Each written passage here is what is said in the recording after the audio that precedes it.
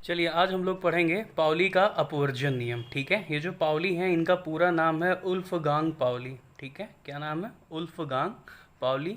और ये कहाँ के रहने वाले हैं वैज्ञानिक हैं? ये हैं ऑस्ट्रेलिया के रहने वाले वैज्ञानिक। ठीक है, ये जो उल्फगांग पाउली हैं इन्होंने सन 1925 में इलेक्ट्रॉनों की क्वांटम संख्याओं से संबंधित एक नियम दिया था। किससे संबंधित? इलेक्ट्रॉनों की क्वांटम संख्याओं से संबंधित एक नियम दिया, जिसमें क्या कहते हैं कि कोई भी अगर परमाणु है, ठीक है, क्या कहते हैं, जो किसी परमाणु के कोष में, यदि कोई भी परमाणु है उसके कोष में जो इलेक्ट्रॉन उपस्थित होते हैं, ठीक है, क्या उपस्थित होते हैं? इलेक्ट्रॉन।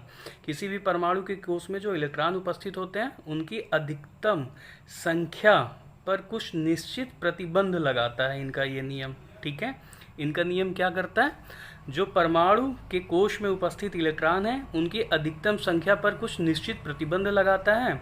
इसलिए इस नियम को क्या कहते हैं? पाउली का अपवर्जन नियम कहा गया। ठीक है, देखिए इसके नियम के अनुसार क्या इन्होंने कहा अपने नियम में, किसी एक ही परमाणु, कैसा परमाणु होगा? किसी एक ही परमाणु, कोई एक परमाणु होगा कि दो इलेक्ट्रॉन, ठीक है, किसी एक परमाणु के दो इलेक्ट्रॉनों के लिए जो क्वांटम संख्याएं होंगी, जो चारों क्वांटम संख्याएं होती हैं वो एक समान नहीं हो सकती हैं।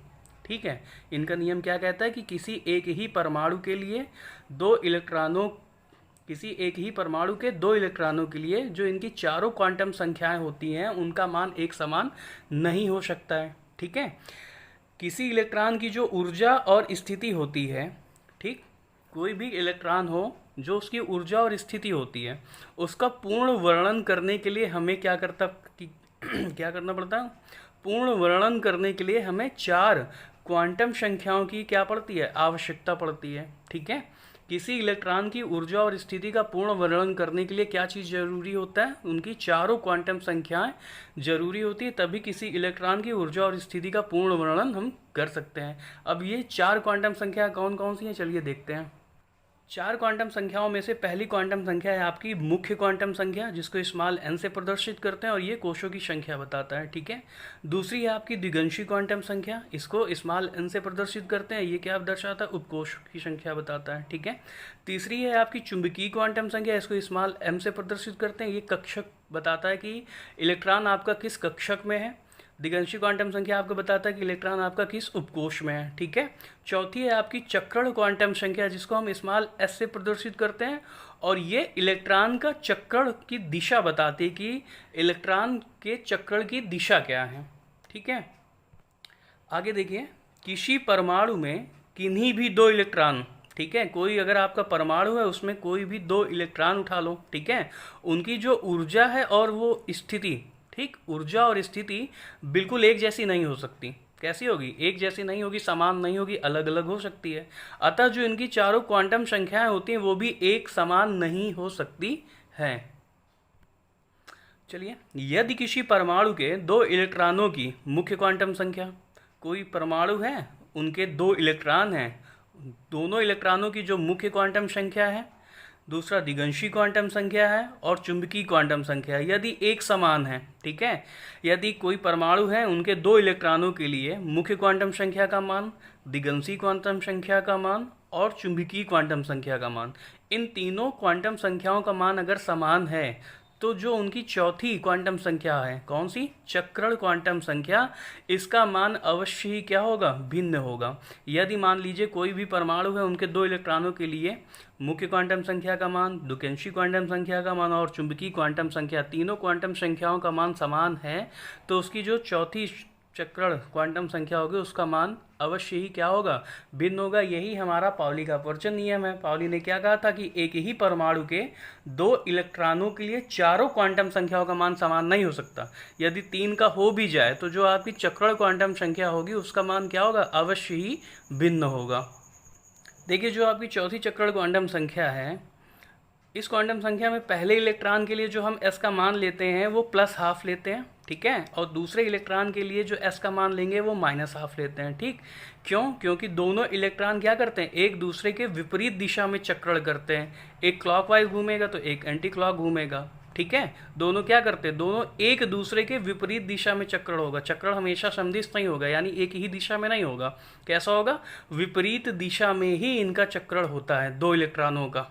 ठीक है, चलिए अब हम देखते हैं पाउली के अपवर्जन नियम के कुछ निष्कर्ष निकले थे, इन्होंने निकाले थे। जैसे किसी कोश में इलेक्ट्रॉन की अधिकतम संख्या 2n² होती है, ठीक है। जैसे संख्या निकालनी होगी, 4 हमारे कोश दिए गए हैं, के, एल, एम और एन। के में आपको पता है 2 इलेक्ट्रॉन होते हैं, एल में 8, एम में 18, एन में 32। कैसे निकालोगे? पहले कोश के लिए एन क्या दर्शाता है? आपके कोश की संख्या दर्शाता है, ठीक है। तो पहले कोश के लिए 2 इंटू एन की जगह पे 1 की पावर 2, 2 इंटू 1 इक्वल टू 2, पहले कोश का आ गया। दूसरे कोश में 2 इंटू 2 की पावर 2, 2 इंटू 4, 4 2 ज़ा 8, दूसरे कोश का आ गया। ऐसे ही आप तीसरे कोश और चौथे कोश की संख्या निकाल सकते हैं, अधिकतम संख्या निकल आएगी कितनी आती है। ऐसे ही आपका एस उपकोश में इलेक्ट्रॉन की अधिकतम संख्या कितनी हो सकती है? 2। पी उपकोश में इलेक्ट्रॉनों की अधिकतम संख्या 6, डी उपकोश में इलेक्ट्रॉनों की अधिकतम संख्या 10 और एफ उपकोश में इलेक्ट्रॉनों की अधिकतम संख्या 14 होती है। चलिए अब हम इसका एक एग्जाम्पल देख लेते हैं।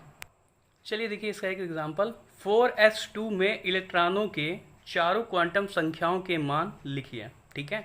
पहले इलेक्ट्रॉन, दूसरा इलेक्ट्रॉन। अब देखिए जो n होता है वो क्या दर्शाता है? कोश की संख्या दर्शाता है। तो कोश इसमें क्या है? चौथा कोश है, तो n दोनों के लिए क्या हो जाएगा? इक्वल 4 हो जाएगा, ठीक है।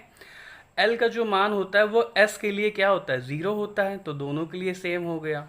m का मान भी क्या हो जाएगा? -l से +l होता है, 0 है तो m का मान भी क्या हो गया? 0। ये भी क्या है? इक्वल है। पहले इलेक्ट्रॉन के लिए, दूसरे इलेक्ट्रॉन के लिए आपका क्या इक्वल हो गया? मुख्य क्वांटम संख्या, दिगंशी क्वांटम संख्या और चुंबकीय क्वांटम संख्या। लेकिन चक्रण क्वांटम संख्या क्या हो जाएगा? डिफरेंट हो जाएगा। पहले इलेक्ट्रॉन के लिए अभी हमने पढ़ा +½ लेते हैं, दूसरे इलेक्ट्रॉन के लिए -½ लेते हैं, तो ये दोनों क्या हो गया? डिफरेंट हो गया। यहाँ पर आप अथवा देख रहे हैं -½ अगर हमने इसको +½ लिया, इसको -½ ले सकते हैं, इसको -½ लिया, इसको +½ ले सकते हैं, ठीक है। लेकिन दोनों सेम नहीं होंगे। यही आपका पाउली का अपवर्जन नियम दर्शाता है कि यदि किसी कंडीशन में आपका मुख्य क्वांटम संख्या, दिगंशी क्वांटम संख्या और चुंबकीय क्वांटम संख्या का मान समान भी हो जाए तो आपके चक्रण क्वांटम संख्या का मान अवश्य ही भिन्न होगा। चलिए इससे संबंधित हम लोग कुछ ऑब्जेक्टिव क्वेश्चंस करते हैं। पाउली अपवर्जन नियम के अनुसार पी उपकोश में अधिकतम कितने इलेक्ट्रॉन आ सकते हैं? तो देखिए जो आपका पाउली अपवर्जन नियम के अनुसार पी उपकोश था उसमें अधिकतम 6 इलेक्ट्रॉन आ सकते हैं, ठीक है। आपका ऑप्शन नंबर 4 सही है। कथन दिया हुआ है किसी परमाणु में स्थित किन्हीं भी 2 इलेक्ट्रॉनों की चारों क्वांटम संख्याएं समान नहीं हो सकती हैं। ये कथन किसने दिया? बाउ ने, हुंडे ने, पाउली ने या हाइजेनबर्ग ने? तो देखिए ये कथन आपका पाउली का है। इन्होंने ही कहा था कि किन्हीं भी 2 इलेक्ट्रॉनों के लिए चारों क्वांटम संख्याओं का मान समान नहीं होता। इसे ही क्या कहते हैं? पाउली का अपवर्जन नियम कहते हैं। किसी कोश में इलेक्ट्रॉनों की अधिकतम संख्या कितनी होती है? 2n², 2n2/3, 2n³ 2n3/4। तो देखिए जो कोई भी कोश होगा उसमें इलेक्ट्रॉनों की जो अधिकतम संख्या होती है वो होती है 2n²। किसी कक्षक को भरने के लिए कितने इलेक्ट्रॉनों की आवश्यकता होती है? तो देखिए किसी भी कक्षक को भरने के लिए आपको अधिकतम 2 इलेक्ट्रॉनों की ही आवश्यकता होती है, जिनका जो चक्रण होता है वो कैसा होता है? विपरीत चक्रण होता है, ठीक है।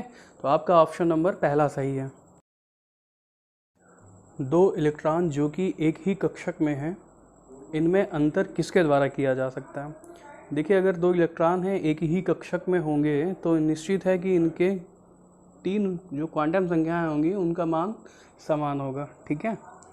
तो मुख्य क्वांटम संख्या का मान समान होगा, दिगंशी क्वांटम संख्या का मान समान होगा, चुंबकीय क्वांटम संख्याओं का मान समान होगा। तो इसके द्वारा अंतर किसके द्वारा किया जा सकता है? आपका पहला ऑप्शन है चक्रण क्वांटम संख्या के द्वारा इसका अंतर किया जा सकता है। तो आपका ऑप्शन नंबर पहला सही है, चक्रण क्वांटम संख्या।